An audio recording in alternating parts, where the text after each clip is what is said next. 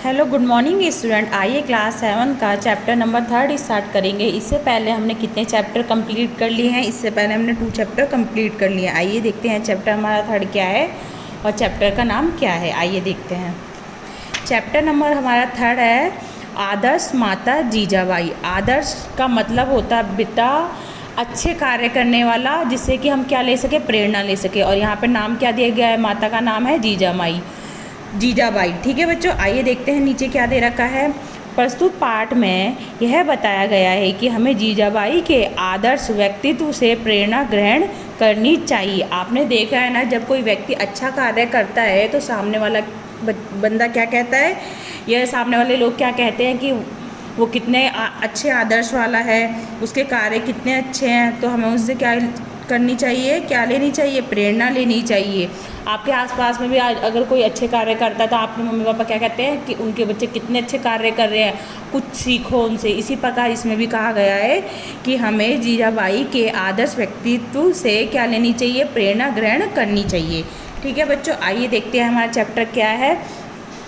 संतान के चरित्र निर्माण में उसकी माता की प्रमुख भूमिका होती है। आपने देखा है ना, छोटे छोटे जो बच्चे होते हैं या बड़े बच्चे होते हैं, जिस प्रकार उनकी माँ उनको संस्कार देती है, अच्छे अच्छे कार्य करने के लिए प्रेरित करती है।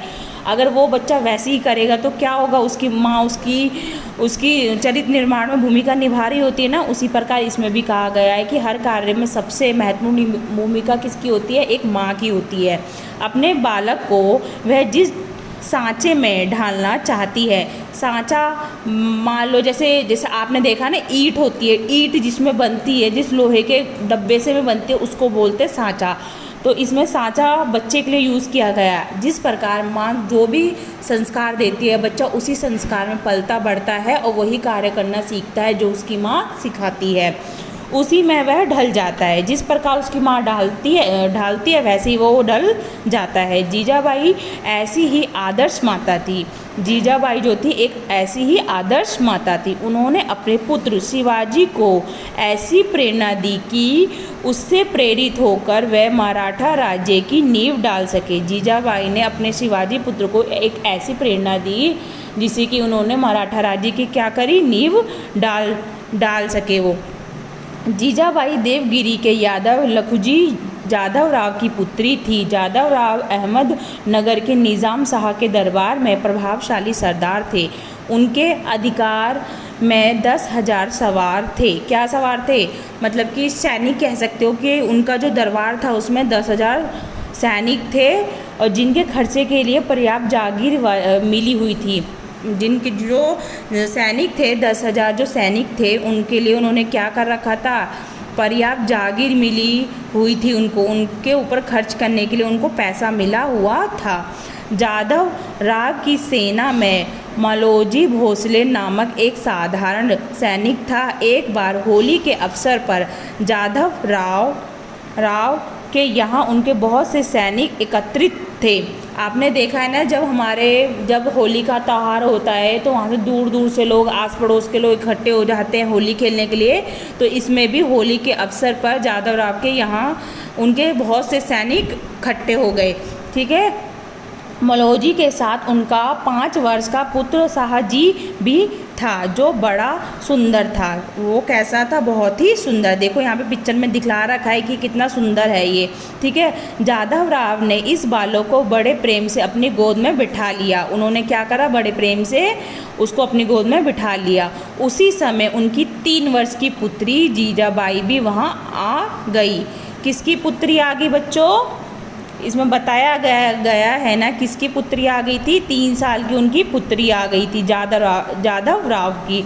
ठीक है, उन्होंने उसे गोद में उठा लिया। उन्होंने भी क्या कर लिया? उसको गोद में उठा लिया। दोनों बालक वहाँ रखा हुआ आबीर गुलाल उठाकर एक दूसरे पर छिड़कने लगे। आपने भी देखा है ना बच्चों, अगर आपके सामने रंग बिरंगे रंग पड़े हों या किसी थाली में रखे हो तो आपका मन भी क्या करता है, इसको हम लें और एक दूसरे के रंग लगाएं। इसी प्रकार ये दोनों बच्चे भी एक दूसरे को रंग लगाने लग जाते हैं।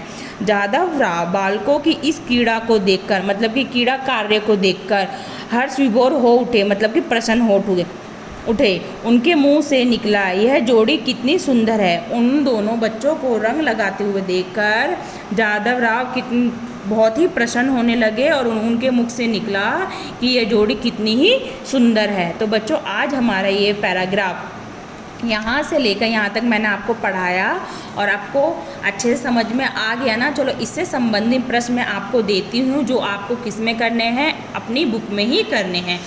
तो बच्चों इस चैप्टर में सबसे पहले आपका कार्य है शब्दार्थ करने हैं आपको। कोई 5 किस में करने हैं, आपको अपनी कॉपी में करने हैं। अभ्यास, अब इसमें ना जैसे जैसे हम पैराग्राफ पढ़ते जाएंगे वैसे वैसे हम प्रश्न करते जाएंगे। प्रश्न नंबर आपका 1 है सोच समझकर बताइए।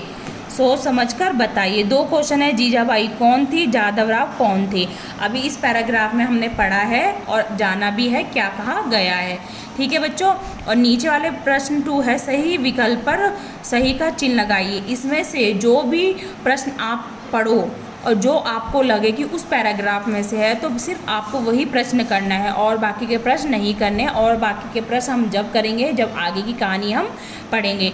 तो ये 2 कार्य करने हैं आपको अपनी बुक में ही करने हैं। ठीक है बच्चों। तो आगे की कहानी हम नेक्स्ट क्लास में पढ़ेंगे। तो आज की क्लास यहीं समाप्त होती है।